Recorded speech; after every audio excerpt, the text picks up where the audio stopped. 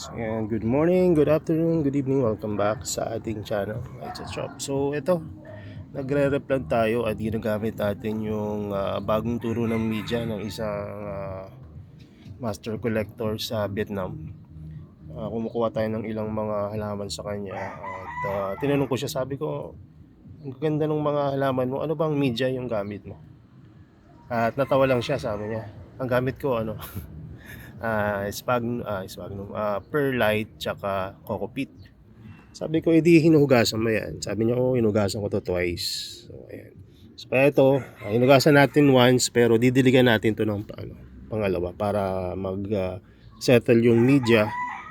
Tapos, yun, mahugasan na rin.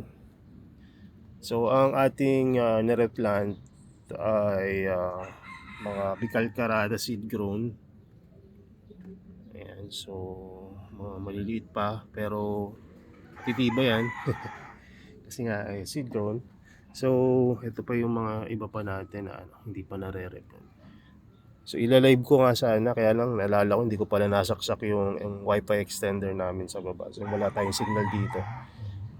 I-record ko na lang yung pamamaraan para sa mga beginner kung paano tayo nagtatanim ng mga seedling size na BFT. So una, hanap kayo ng paso na made out of plastic. Mas maganda, medyo mas matangkad pa dito, pero ito kasi yung available ko.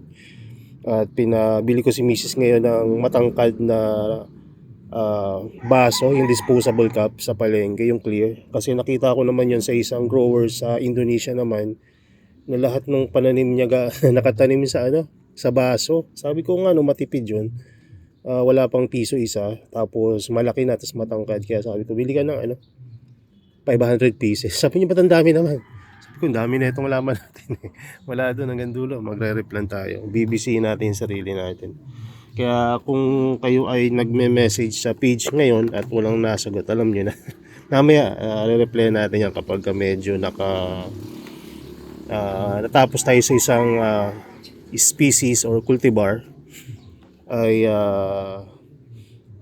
mag-open tayo ng mobile cellphone. So ang gagawin ko, nilagyan ko muna ng sphagnum sa ilalim.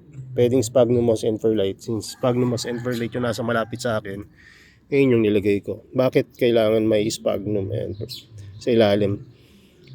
Para lang yan na hindi maubos yung media na ilalagay nyo, kasi ang media na ilalagay nyo ay very fine. Ito yung sphagnum. So yung sphagnum kasi ito yun, pag hindi pa nabasa, ito yung texture niya. So imagine kung dinidiligan nyo, laging mauubos yan sa ilalim. Kasyang kasya sa butas. Kaya kung lalagay nyo ng sphagnum, pakita ko sa inyo kapag walang kapag ayan, kita nyo, para kayong yung sa restaurant kapag yung condiments, ayan, nalalaglag. So maubos yan. Pero kung may sphagnum na sa ilalim yan at lalagyan nyo yan, tayo uli na ito naman. Lagyan natin.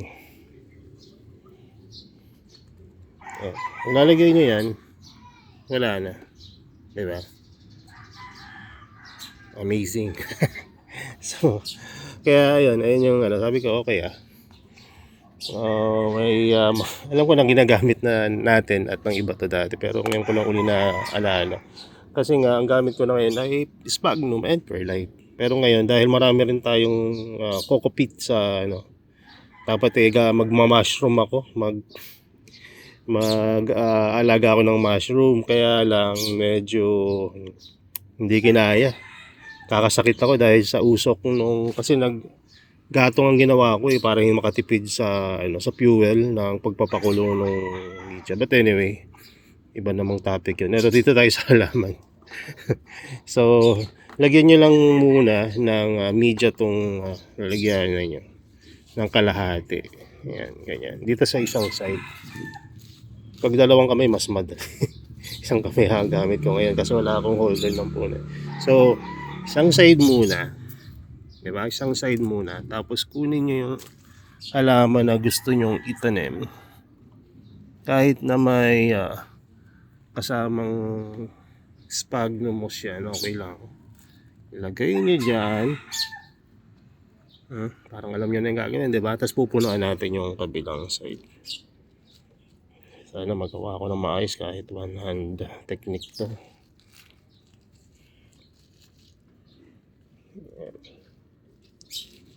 So ganyan lang, punuin nyo lang yan. Tapos medyo gawin yung perm kasi may perlite naman yan. Kahit na maging perm yan, may aeration pa rin. Oops. Ganda rin kasi medyo perm para hindi natutumba yung halaman nyo. Tsaka ano kasi yan hindi babagsak yung lupa. So magdadagdag na naman kayo. So at least to perm pagkakatanim. May space pa rin naman dyan para mag-explore yung root system. Pero wag masyadong madiin na. Yung sakto lang. Ayan. So kita nyo. Ganyan lang. And that's it. Kaya lang magtanim. Tapos imimist ko yan ng sandamakmak para bumaba yung yung TDS reading. Ang ginamit ko naman tubig dito pala, rainwater din. Kaya parang bumaba na rin to yung minerals na ito. Bumaba nga ba? Mataas pa rin sa totoo lang. Pero didiligan naman natin to. Ayan.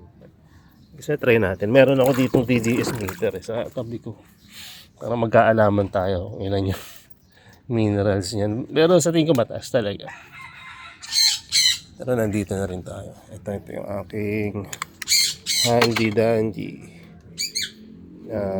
TDS. Dito muna tayo sa pinagugasan ng kamay. Ayan, nasa tulang. Ito, tingnan natin ito kung ilan. Mas mababa rin. Sira yata ito. Ayan na pala. Ayan, mataas. Umabot ng 500. Mataas na ito. Ay, dito. 643. Ay, grabe, ang taas. 470. Sinukat ko. Pero, ayan, pagka diniligan ko naman, yung bababa yan. So, kaya mahalaga may TGS meter kayo. Alam nyo na. Ang mga nepentes, kaya naman nila ng medyo mataas. Pero wag nang matagal. Kaya mahalaga na meron kayong TDS meter. Tingnan nyo kung buti nila nag-uumpisa pa lang ako. So ang gagawin ko na dito, hugasan ko na pangalawang beses. Hanggat bumaba sa 100 yung reading na tong media na to. Medyo mataas talaga yan. Tingnan natin 585 no? Grabe. Dito naman ay ayan, 25 lang. So mataas masyado yung reading yan. Hugasan pa natin. So yun lang muna at nakabili na ng tataniman. At i-update ko kayo once na itanim ko na lahat. O, di ba? Gamit kayo ng TDS meter. So yun lang. God bless and bye bye.